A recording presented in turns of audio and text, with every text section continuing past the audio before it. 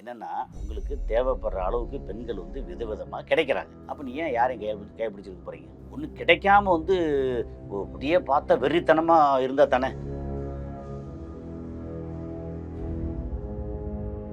அந்த கேஷை வாங்கி நீங்கள் வந்து உங்கள் அக்கௌண்ட்டில் கொஞ்சம் கொஞ்சமாக போட்டு உங்கள் அக்கௌண்ட்டில் சரி பண்ணிக்கலாம். அல்லது கொடுக்குற அமௌண்ட் வந்து இந்த மாதிரி பண்ணிக்கலாம். ஸோ கேஷ் டிரான்சாக்ஷன் இருக்குல்ல, அது வந்து மற்ற இடங்கள் மாதிரி இல்லாமல் ரொம்ப ஈஸி.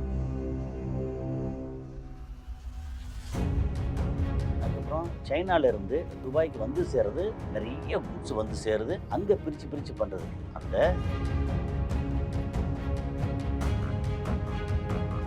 மற்றபடி அவங்களுக்கான வருமானம் எங்கேருந்து வருது அப்படின்னா மேஜராக வந்து டூரிசம். 20% பக்கம் டூரிசம். இந்த மாதிரியே குவாலிட்டி ஆஃப் சர்வீஸ் இருக்குல்ல, அது ரொம்ப ஜாஸ்தி. உங்களுக்கு அங்கே ஈஸி ஆக்சஸ், எனி டைம் போகலாம் வரலாம். உள்ளே வந்தாங்கன்னா அவங்க வந்து அப்படியே அந்த வரும்போது கிடைக்கிற அனுபவம் இருக்குல்ல. நான் வந்து உதாரணத்துக்கு நேற்று வந்து சென்னை ஏர்போர்ட்டுக்கு போயிருந்தேன். உண்மையிலேயே சென்னை ஏர்போர்ட்டு படு கேவலமான ஏர்போர்ட். இவ்வளோ ஒரு கேவலமான ஒரு விஷயத்தை பண்ணிட்டு இன்னும் வந்து நீங்கள் தைரியமாக நின்றுருக்கீங்கன்னா துபாய் அப்படி இல்லை. போனேன் துபாய் வந்து இந்த ஏர்போர்ட்டை கம்பேர் பண்ணீங்கன்னா துபாய் ஏர்போர்ட்டு பல மடங்கு பெருசு.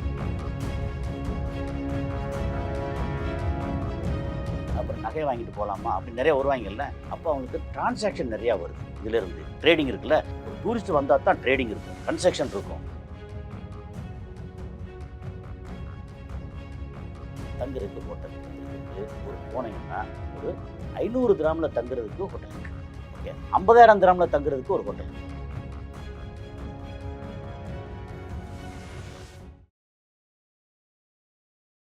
தமிழ்நாட்டுல எல்லாமே சேஞ்ச் ஆயிடுச்சு. உங்க நகையையும் சேஞ்ச் பண்ணுங்க. உங்க பழைய நகைக்கு கிராமுக்கு 150 ரூபாய் கூடுதலா வாங்கி புது நகை எடுத்துக்கோங்க.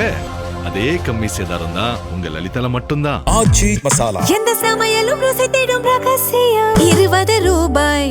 கிங் டிவி நேயர்களுக்கு வணக்கம். இன்றைய சிறப்பு நிகழ்ச்சியில் நம்முடன் இணைந்திருக்கிறார் உலக செய்தி பகுப்பாய்வாளர் கசாலி அவர்கள். வணக்கம் சார். வணக்கம் பாண்டி மீனா. எப்படி இருக்கீங்க சார்? நல்லா இருக்கேன் மீனா. குறிப்பா ஒரு தொழில் தொடங்குறாங்க அப்படின்னா துபாயை வந்து ஒரு முதன்மை இடமா வச்சுக்கிறாங்க. என்ன பண்ணாலும் துபாயில நான் ஒரு சின்ன பிஸ்னஸாவது வச்சிருக்கணும் அப்படின்னு நினைக்கிறாங்களே சார். எதற்காக துபாயை முன்னிலைப்படுத்துறாங்க சார்? சரி, ஒரு நாட்டை வந்து ஏதாவது முன்னிலைப்படுத்தணும்னா என்ன காரணமாக இருக்குன்னு ஒன்று இருக்குல்ல. ஒன்று வந்து ரொம்ப இந்த ரெட் டேபிஸ்ன்னு சொல்லுவாங்க, சிவப்பு நாடாத்தனம் சொல்லி ஏதாவது ஒரு தொழில் தொடங்கணும் அப்படின்னா இங்கே அங்கே போய் கையெழுத்து வாங்கிட்டு வா, அப்புறம் அங்கே போய் கையெழுத்து வாங்கு, 3ஆவது இடத்துல கையெழுத்து வாங்கு, 4ஆவது இடத்துல கையெழுத்து போடும்போது ஒவ்வொரு இடத்துலையும் லஞ்சத்தை கொடுத்து அழுது அப்புறம் வந்து தொழில் தொடங்கினதுக்கப்புறம் அந்த தொழிலில் வந்து வேறு வந்து ஒழுங்காக பணம் கிடைக்காம இது கிடைக்காம இப்படி ஆகி பாடாப்பட்டு அப்படிங்கிறது நம்பர் 1.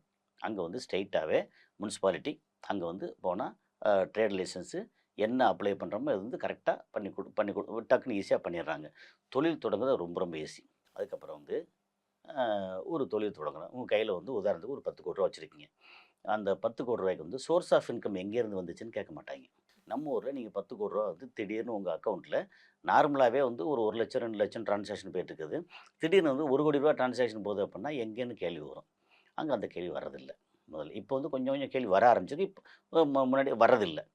ஓகே, அப்புறம் கேஷாக வந்து டெபாசிட் பண்ணுறீங்க, இது எங்கே இருந்துச்சு, சோர்ஸ் ஆஃப் இன்கம், அந்த பிரச்சனை வர்றதில்லை. அப்படின்னு நீங்கள் வந்து பணம் மாற்றுதல் இருக்கு இல்லையா, உங்களுக்கு கைக்கு கிடைக்கக்கூடிய பணம், நீங்கள் இங்கேருந்து துபாயில் உட்காந்துருக்கீங்க, இந்தியாவிலேருந்து பணம் வரணும். இந்த பணம் வந்து நேரடியாக ஆர்பிஐ மூலமாக வந்து உங்கள் அக்கௌண்ட்டுக்கு அனுப்பணும்னா ஏகப்பட்ட ப்ரொசீஜர் இருக்குது. அந்த ப்ரொசீஜர் படி தான் பண்ணணும் ஆக்சுவலாக. அப்படி பண்ணாமல் உங்களுக்கு அவசரமாக வந்து ஒரு 2 கோடி ரூபா தேவைப்படுது அப்படின்னா இங்கே வந்து ஆட்கள் இருக்காங்க, மாறுபாடி இங்கெல்லாம் ஆட்கள் இருக்காங்க. ஓகே, அங்கே வந்து கேஷாக நான் கொடுக்குறேன் அப்படின்னு கேஷாக கொடுத்தா அங்கே வந்து உங்களுக்கு கேஷாக கொடுத்துருவாங்க. திராம்ஸோ ஏதோ சம்திங் கொடுத்துருவாங்க. அந்த கேஷை வாங்கி நீங்கள் வந்து உங்கள் அக்கௌண்ட்டில் கொஞ்சம் கொஞ்சமாக போட்டு உங்கள் அக்கௌண்ட்டில் சரி பண்ணிக்கலாம். அங்கே கொடுக்குற அமௌண்ட் வந்து இந்த மாதிரி பண்ணிக்கலாம். ஸோ கேஷ் டிரான்சாக்ஷன் இருக்குல்ல, அது வந்து மற்ற இடங்கள் மாதிரி இல்லாமல் ரொம்ப ஈஸி. அங்கே பிளாக் ஒயிட் அந்த மாதிரி பிளாக் தான் மெயின். நிறைய வந்து மணி லாண்ட்ரிங்னா என்ன வச்சுங்க, ஹவாலானா என்னன்றீங்க, அதெல்லாம் இங்கே பணத்தை கொடுத்தா அங்கே பணமாக கிடைக்கும். ஓகே, இல்லை இங்கே வந்து ஒரு கம்பெனிக்கு பணமாக கொடுத்துருப்பீங்க. அதில் ஒரு கமிஷன் ஒரு 5%, 8%, 4% வாட் எவர் கமிஷன் போக அங்கே இருக்கிற கம்பெனி வந்து உங்கள் கம்பெனிக்கு வந்து செக்காக கொடுத்து அங்கே பணமாக கூட கொடுக்கலாம். இந்த கொடுத்த பணத்துக்கு இவ்வளோ டேக்ஸ் கொடுங்கன்னு இப்போ முன்னாடி டேக்ஸே கிடையாது. இப்போ வந்து கொஞ்சம் கொஞ்சம் வந்து கமர்ஷியல் இதுக்கு வந்து 9%, மற்றதுக்கெல்லாம் 5%, 4% டேக்ஸ் ரொம்ப குறைவு. ஓகே. அப்போ நீங்கள் வந்து ஒரு 10,00,00,000 வந்து நீங்கள் உங்களுக்கு இன்கம் டேக்ஸ் இந்த டேக்ஸ்ன்னு சொல்லி இந்த டேக்ஸ்லாம் 30, 35% போச்சு அப்படின்னா, கையில் இருக்க 6 கோடி 6.5 கோடி. அங்கே அப்படி இல்ல. நீங்க வந்து அங்க வந்து ஒரு 50,00,000 குடுக்குறேன்னா, சரி பரவால்ல அப்படி குடுத்துற முடியும். ஸோ டாக்ஸ் வந்து ரொம்ப ரொம்ப குறைவு. எப்படி வேணாலும் பணம் வரலாம். அது போக உங்களுக்கான ட்ரேடிங் இருக்குல்ல, அதில அங்க வாய்ப்புகள் எப்படி? நீங்க சென்னையிலிருந்து ஆஃப்ரிக்கன் கண்ட்ரிக்கு அனுப்புறது இருக்குல்ல, அத விட துபாயிலிருந்து ஆஃப்ரிக்கன் கண்ட்ரிக்கு அனுப்புறது ரொம்ப ஈஸி. அதுக்கப்புறம் சைனாலேருந்து துபாய்க்கு வந்து சேர்றது, நெறைய குட்ஸ் வந்து சேருது. அங்க பிரிச்சு பிரிச்சு பண்றதுக்கு, அந்த ரீபேக் பண்ணி இந்த மாரி ட்ரேடிங் இருக்குல்ல, அது வந்து ரொம்ப ஜாஸ்தி. அது போக இதுக்கெல்லாம் தேவைப்படுற கன்ஸ்ட்ரக்ஷன், ஹோட்டல்ஸு. அப்புறம் இந்த ஹோட்டல் கன்ஸ்ட்ரக்ஷன் ஆட்கள் டூரிசம் வர்றாங்கல்ல, அங்க இந்த துபாய் எடுத்தீங்கன்னா, ஆயில் வந்து பெருசா இல்ல. அவனோட மொத்த ஜிடிபி இன்கம்ல வந்து லெஸ் தென் 1% தான் இப்போ. முன்னாடி வந்து 5% இருந்துச்சு. 1.5% ஆகி இப்போ லெஸ் தென் 1% தான். மத்தபடி அவங்களுக்கான வருமானம் எங்கேருந்து வருது அப்படின்னா, மேஜரா வந்து டூரிசம். 20% பக்கம் டூரிசம். அதுக்கப்புறம் ஃபினான்ஷியல் சர்வீஸ்ன்னு சொல்லி, இப்போ இங்கேருந்து ஆர்பிஐ மூலமா பணம் அனுப்புறோம். வேற வேற வந்து ரிசர்வ் பேங்க் மூலமா அங்கேருந்து பணம் அனுப்புறது, அங்கேருந்து மாத்தி அனுப்புறது, அப்படி இந்த பணத்த டிரான்சாக்ட் பண்றது இருக்கு இல்லையா? அது ஒரு பக்கம். அது போக இந்த ட்ரேடிங் இருக்குல்ல, மெயினா வந்து அந்த ட்ரேடிங். அது ஒரு 8% ஒரு 12%. அப்புறம் லோக்கல் லாஜிஸ்டிக்கு அது, ஸ்டோரேஜு அப்படின்னு இந்த மாரி வந்து நீங்க பிரிச்சு, பிரிச்சு, பிரிச்சு பார்த்தீங்கன்னா, 100%ல உங்களுக்கு tourism, trading, logistics, financial trading இதுவே வந்து ஒரு 60, 50, 60%, 70% ஆயிப்போச்சு. கன்ஸ்ட்ரக்ஷன் அது ஒரு 15%. அப்படி வச்சீங்கன்னா, உங்களுக்கு மொத்தத்துக்கே இதெல்லாம் பிரிச்சு, பிரிச்சு பண்ணா கன்ஸ்ட்ரக்ஷன் இருக்கு. ஒரு 15, 20% கன்ஸ்ட்ரக்ஷன் இப்ப வச்சுக்கங்களேன். துபாயோட கட்டடக் கலைகளே ஒரு புதுவிதமா தான் சொல்றாங்க. ஏன்னா, ப்ளஸ் அந்த இப்ப இருக்கக்கூடிய சுற்றுலா தலங்களை கவரக்கூடிய வகையில எல்லா கட்டடமும் கட்டுறாங்கல்ல ஆமாங்க. சார். இப்ப என்னன்னா அதுக்கான காரணம்? என்ன காரணம்னா, நீங்க வந்து சாதாரணமா இருக்கு. ஒரு குடிசை மாரி இருக்கு. இல்ல ஒரு ஒரு ஒரு ஒரு 5 மாடி பில்டிங் இருக்கு. "எப்பா சூப்பரா இருக்கு" அப்படின்னு சொல்லி சொன்னீங்கன்னா யாரு வருவா? ஆனா, கலர் கலரா பெயிண்ட் அடிச்சு, இப்படி லைட்ட போட்டு, அங்க உள்ள வரும்போதே வேற மாரி பண்ணி, உங்கள இன்வைட் பண்றதுக்கு வந்து அழகழகான விதவிதமான பொண்ணுகள வச்சு வரவேற்று, இங்க வரும்போதே அப்பா! அப்படி கவனிக்கிறாங்கப்பா. அதுக்கப்புறம் இப்படி பெருசா இருக்கே! நமக்கு வந்து ஒரு 7 ஸ்டார் ஹோட்டல் ரேஞ்சுக்கு இருக்கே! ரேட்டெல்லாம் பயங்கரமா இருக்கும். அவ்வளோ பயங்கரமா இல்ல. கொஞ்சம் கம்மியா தான் இருக்கு. இப்போ உதாரணத்துக்கு வந்து நீங்க ஐடிசி கிராண்ட் இங்க போனீங்கன்னா, ரூ. 25,000 ம ரூம் ரென்ட் அப்படின்னா, அங்க போனா 10,000 கிடைக்குதா? அத விட நல்லா இருக்கு. சர்வீஸ் நல்லா இருக்கு. அப்புட்ன்னா தேடி ஓடி போவாங்கல்ல. கண்டிப்பா. அந்த மாதிரி அங்க வந்து குவாலிட்டி ஆஃப் சர்வீஸ் இருக்குல்ல, அது ரொம்ப ஜாஸ்தி. உங்களுக்கு அங்க ஈஸி அக்சஸ். எனி டைம் போகலாம், வரலாம். சரி ஃப்ளைட்ல போறீங்க. ஃப்ளைட்ல போனீங்கன்னா, உண்மையிலேயே அந்த ஏர்போர்ட் அவிங்க மெயின்டெயின் பண்ற விதம், அப்புறம் அங்க வந்து மாசம் மாசம் அந்த ஏர்போர்ட் ஸ்டாஃப் இருக்காங்கல்ல, அவங்களுக்கு வந்து ட்ரெய்னிங் உண்டு. என்ன ட்ரெய்னிங்ன்னா, அவங்க சொல்ற ஃபர்ஸ்ட்டு திங் வந்து ஏன்னா நாங்க இருந்தனால தெரியும் எனக்கு. ம். ஃபர்ஸ்ட்டு திங் ஏன்னா உள்ளுக்குள்ள வந்து இந்த ஏர்போர்ட்டுக்குள்ள ஃபுல்லா இல்லாம ஒரு சின்ன போர்ஷன்லாம் இன்டோர் கார்டன் இருக்குல்ல, அத மெயின்டெயின் பண்றதுக்கு நமக்கு வந்து ஒரு வாய்ப்பெல்லாம் கிடைச்சு, அந்த டைம்ல தான் ஆட்கள பார்த்து பேசுவோம்ல. அப்ப என்ன சொன்னாங்க வந்து, "no mister Ghazali, so this is our country. We are totally depending on the people from outside the tourism. Okay. Tourist they are our guest. Okay. We have to treat them well." அப்போ உள்ள வந்து entry point இருக்குல்ல, first எல்லா நாட்டுக்குமே ஒரு வெளிநாட்டிலேருந்து யாராவது வர்றாங்கன்னா, entry point வந்து மெயினா ஏர்போர்ட். சில நாடுகளுக்கு வந்து சீபோர்ட், ஹார்பர். அப்போ ஏர்போர்ட்ல உள்ள வரம்போது, உள்ள வந்தாங்கன்னா, அவங்க வந்து அப்படியே அந்த வரும்போது கிடைக்கிற அனுபவம் இருக்குல்ல, நான் வந்து உதாரணத்துக்கு நேத்து வந்து சென்னை ஏர்போர்ட்டுக்கு போயிருந்தேன். உண்மையிலேயே சென்னை ஏர்போர்ட் படு கேவலமான ஏர்போர்ட். நான் ஏன் நம்ம நாட்ட வந்து குறைச்சு பேசக்கூடாது. ஆனா குறைச்சு பேசுற நிலைமையில தான் அவ்வளோ படு கேவலமா இருக்கு. அங்க உள்ள இறங்குனா ஏன் இத கம்பேர் பண்றேன். அங்க இன்டர்நேஷனல் ஏர்போர்ட் ஆள் வர்றாங்க. ஆள வந்து ப அரைவல்னா கீழ கிரவுண்ட் ஃப்ளோர்ல இருக்கு. டிபார்ச்சர்னா மேல இருக்கு. கிரவுண்ட் ஃப்ளோர் போகணும்னா நான் கார கொண்டு போறேன். கார வந்து ஓட்டிட்டு போனா, இங்கிட்டு வந்து அ என்னது ஏரோன்னு ஏதோ ஒரு பேர போட்டு west, east okay.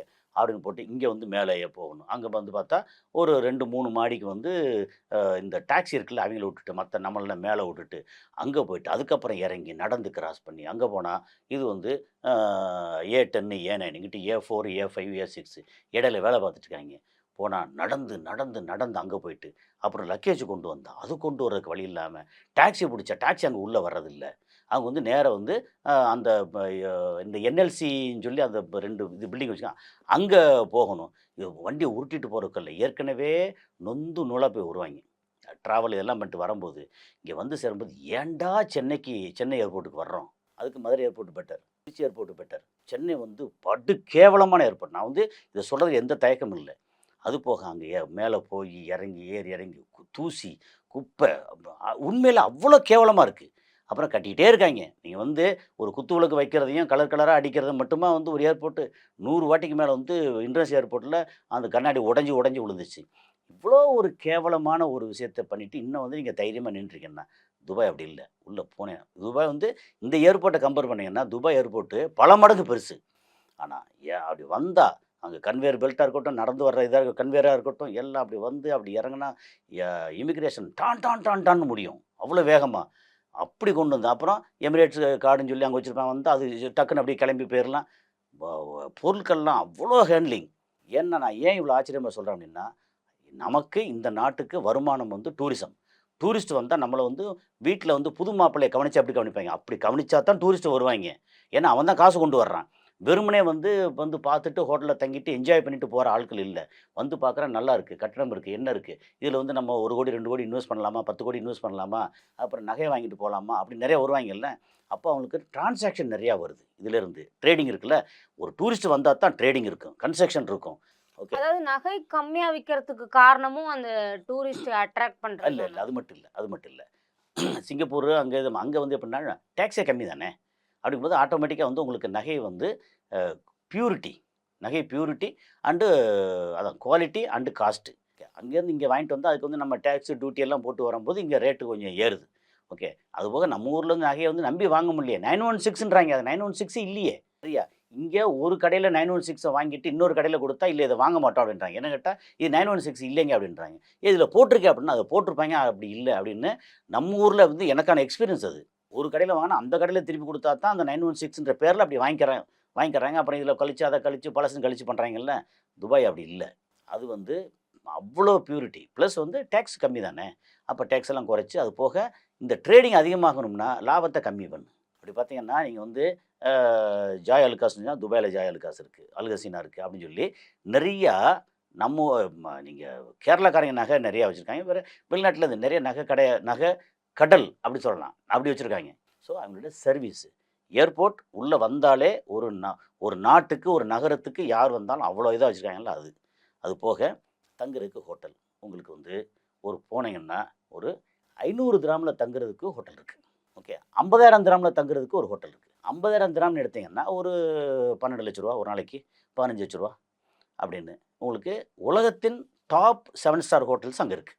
Burj Al அரபாக இருக்கட்டும், அர்மானியா இருக்கட்டும், அல்லது இங்கே நம்ம இது இருக்கு இல்லையா, நம்ம ஈச்சமர தீவு இருக்கு இல்லையா, ஆமாம், அதில் இருக்கக்கூடிய ஹோட்டல்ஸாக இருக்கட்டும். அட்லாண்டிஸ்னு சொல்லுவோம் இல்லையா, 2 அட்லாண்டிஸ் இருக்குது. ராயல் அட்லாண்டிஸ், அட்லாண்டிஸ் இன்னொன்று இருக்குது புதுசாக. ஸோ இந்த மாதிரி அட்லாண்டிஸ் அப்படின்னு சொல்லி ஹோட்டல்ஸ் நிறையா. இப்போ வந்து இந்த போர் சூழலில் டூரிஸ்ட்டு யாரும் பெருசாக போகலை. இந்த சந்தர்ப்பத்தை பயன்படுத்திட்டு துபாய் என்ன பண்ணுறாங்க, எல்லாத்தையும் வந்து மெயின்டைன் பண்ணுறாங்க. இத்தனை 58 மாடி 59 மாடி இதெல்லாம் பார்த்திங்கன்னா புர்ஜ் அல் அரப் இருக்கு இல்லையா, அது வந்து கடலுக்கு உள்ளே முதல்ல தீவுக்குள்ளே பண்ணுது. அதுதான் தண்ணியை மண்ணை கொட்டி பண்ணது. அது போட்டை நிமித்தி வச்ச மாதிரி இருக்கும். ஓகே. அது வந்து 18 மாதத்துக்கு வந்து மெயின்டெனன்ஸ், அதனால் க்ளோஸ்டு. அதே மாதிரி அட்லாண்டிஸ் அது வந்து ஆட்கள் இல்லை, அது க்ளோஸ்டு. அப்புறம் அர்மானி அது வந்து நம்ம இதில் இருக்குல்ல, டாலஸ்ட் டவர் இருக்குல்ல, அதில் இருக்கக்கூடியது, அது வந்து இப்போதைக்கு க்ளோஸ்டு. என்னென்னா இந்த நேரத்தில் நாங்கள் வந்து ஒரு ரூமும் அதுவும் அப்புறம் அதில் ஒரு இடத்துல என்ன தெரியுங்கன்னா உங்களுக்கு வெறும் பில்டிங் மட்டுமா, அதில் எலக்ட்ரிக்கல் லைன் இருக்கும், அந்த லைனில் ஃபால்ட் இருக்கா, அப்புறம் ப்ளம்பிங் இருக்கும், ஃபயர் ஃபைட்டிங் இருக்கும், ஏசி இருக்கும், அப்புறம் கேபிள் இருக்குல்ல, மற்ற அந்த கம்யூனிகேஷன் கேபிள் அது இருக்கும். அப்படி எல்லாத்தையும் அப்புறம் இந்த தேவைப்பட்ட அந்த கேஸு பைப்லைன் அப்படின்னு ஒரு இன்ச் பை இன்ச்சாக கம்ப்ளீட்டாக வந்து ஏ டு செட் செக் பண்ணுவாங்க. இப்போ அரபு நாடுகள்னாவே நம்ம எண்ணெய் உற்பத்தி தான் சொல்லுவோம். அது அங்க கம்மின்னு சொல்றீங்க. பட் அந்த 7 ஸ்டார் ஹோட்டல்கள் கட்டக்கூடிய அளவுக்கான இன்வெஸ்ட்மென்ட் யார் சார் குடுக்குறா? நம்ம தான் கொடுக்குறோம். உலகத்தில் இருக்கிற எங்கெல்லாம் வந்து இங்கே இப்போ வச்சுக்கோமே, இந்தியாவில் பெரிய பணக்காரங்களுக்கு யாரை வேணால் எடுத்துக்கங்க, தப்பு பண்ணாமல் அவ்வளோ பெரிய பணக்காரன் ஆக முடியாது. தப்பு பண்ணுறதா இருந்தால் மக்கள் வயித்துல அடிக்கிறாங்களா அல்லது அரசாங்கத்தை ஏமாத்துறாங்களா, ஏதோ ஒன்று. நீங்கள் ரொம்ப 100% நேர்மையாக கரெக்டாக டேக்ஸ் எல்லாம் கட்டி, ஓகே, ஒருத்தர் கூட இருக்க முடியாது. ஓகே, அப்படி எல்லாம் கட்டினீங்கன்னா உங்களை போண்டி ஆக்கிடுவாங்க. கவர்மெண்ட்டு அப்படி தான் இருக்கும். நீங்கள் இப்போ உதாரணத்துக்கு ஒரு என்ன சொல்கிறது, வீட்டுக்கு ஏதாவது ஒரு பொருள் வாங்குறீங்க. உற்பத்தி பண்ணுறதுல ரா மெட்டீரியலுக்கு ஜிஎஸ்டி இருக்குது. உற்பத்தி பண்ண இடத்துல ஜிஎஸ்டி வருது, வாங்குற இடத்துல ஜிஎஸ்டி வருது. உங்கள் இப்போ கையில் நீங்கள் வாங்குற பணம் இருக்குல்ல, அந்த பணத்துக்கு வந்து இன்கம் டேக்ஸ் கட்டுறீங்க. இப்படி எல்லாம் டேக்ஸஸ்ன்னா ஓவரால் என்ன சொல்கிறாங்கன்னா, உங்கள் கையில் ஒரு 1000 ரூபா நீங்கள் செலவு பண்ணுறீங்கன்னா எல்லா வகையிலையும் கணக்கு பண்ணி பார்த்தா 600 ரூபா கவர்மெண்ட்டுக்கு போயிடுது. ஒரு 400 ரூபா தான் நம்ம காசாக இருக்குது. அங்கே அப்படி இல்லை, மாறுது. ஓகே, அதனால தான் அங்கே வந்து ரொம்ப முக்கியமான விஷயம் வந்து இங்கே இருக்கிறதெல்லாம் நம்ம மண்ணின் மைந்தர்கள். 8 கோடி பேர் இருக்கோம்னா கிட்டத்தட்ட ஒரு 80 லட்சம் பேர், அதுக்கு மேலே வந்து வடநாட்டுக்காரங்க இருக்காங்க. அங்கே வந்து 45 லட்சம் பேர் இருக்காங்கன்னா ஒரு 4 லட்சம் பேர் தான் லோக்கல் அரப்ஸு. மற்ற 40 லட்சம் பேருக்கு மேலே வந்து வெளிநாட்டுக்காரங்க. வெளிநாட்டுக்காரங்களுக்கு இவ்வளோ கொடுத்தா போதும்னு இருக்குல்ல. இப்போ அவங்களுக்கு வேறு இது குடியுரிமை கிடையாது.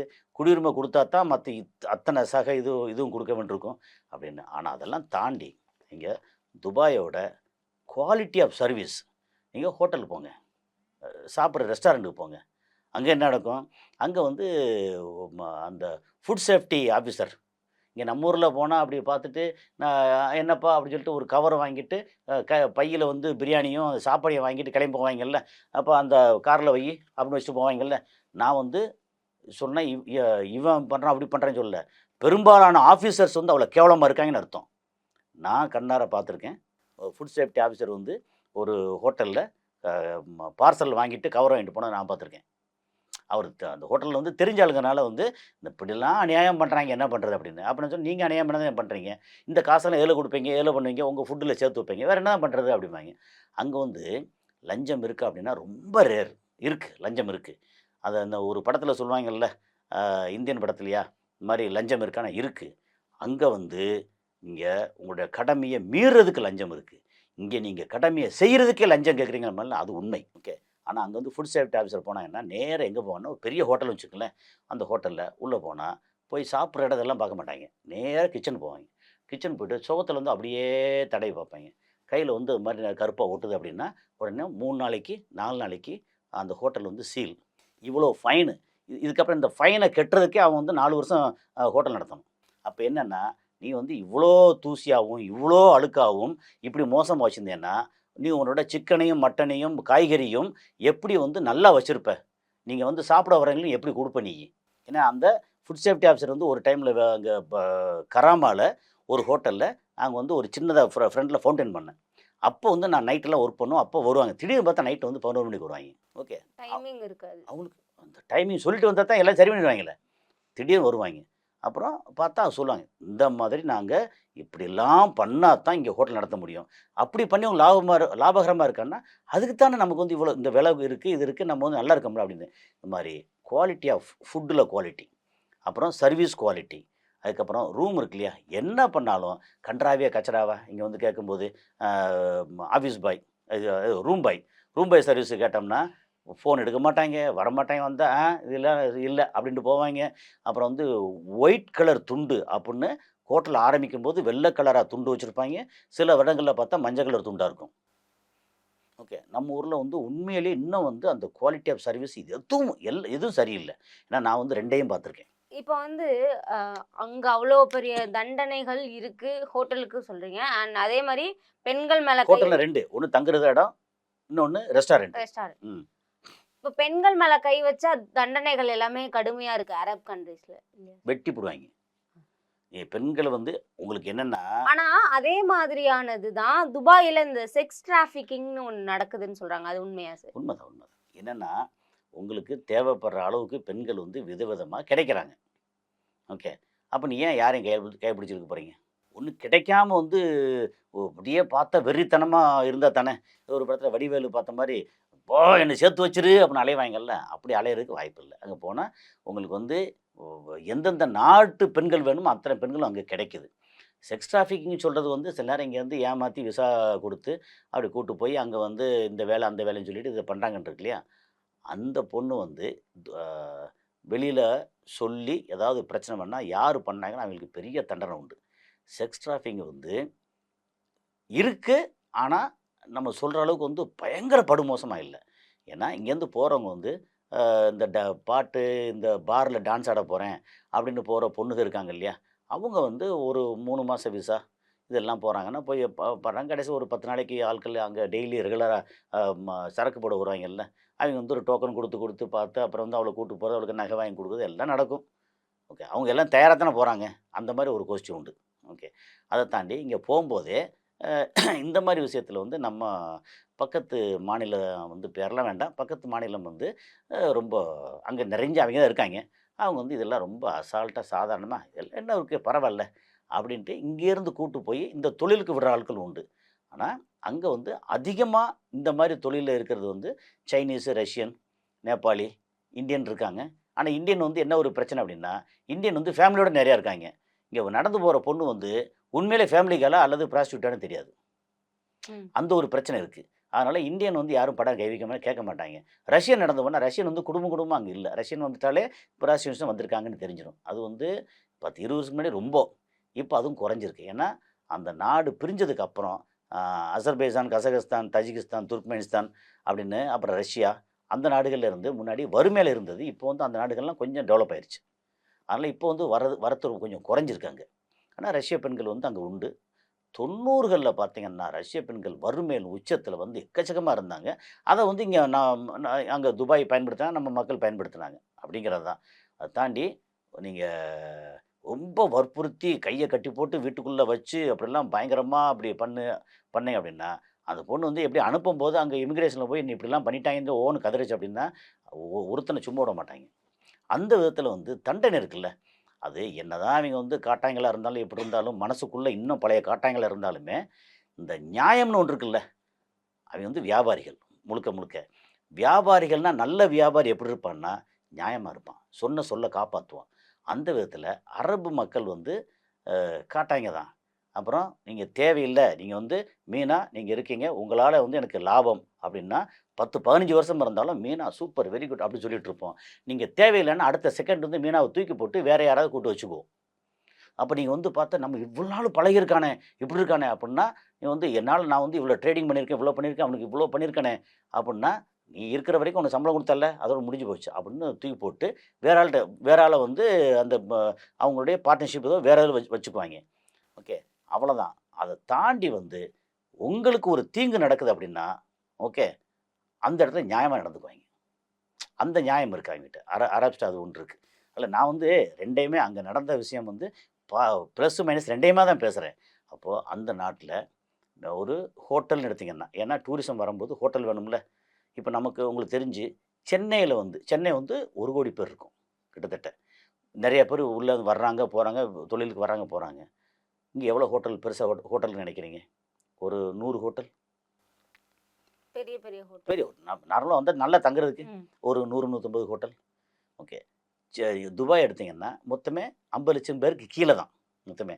அப்புறம் மாசத்துக்கு 20,00,000 பேர் வந்து போறாங்க. ஓகே. அங்க வந்து கிட்டத்தட்ட 800 ஹோட்டல் இருக்கு. ரூம்னு எடுத்தீங்கன்னா, 1,60,000 ரூம்ஸ். அது இல்லாம சர்வீஸ் அபார்ட்மெண்ட் தனியா இருக்கு. அது எக்கச்சக்கமா இருக்கு. அங்க சர்வீஸ் அபார்ட்மெண்ட் போட்டு, அங்க வச்சு இந்த மாரி அ தொழில் நடக்கிறது உண்டு அங்க. பெண்கள வச்சு தொழில் நடக்கிறதெல்லாம் உண்டு அங்க. ஸோ அந்த மாரி சர்வீஸ் அபார்ட்மெண்ட் தனி.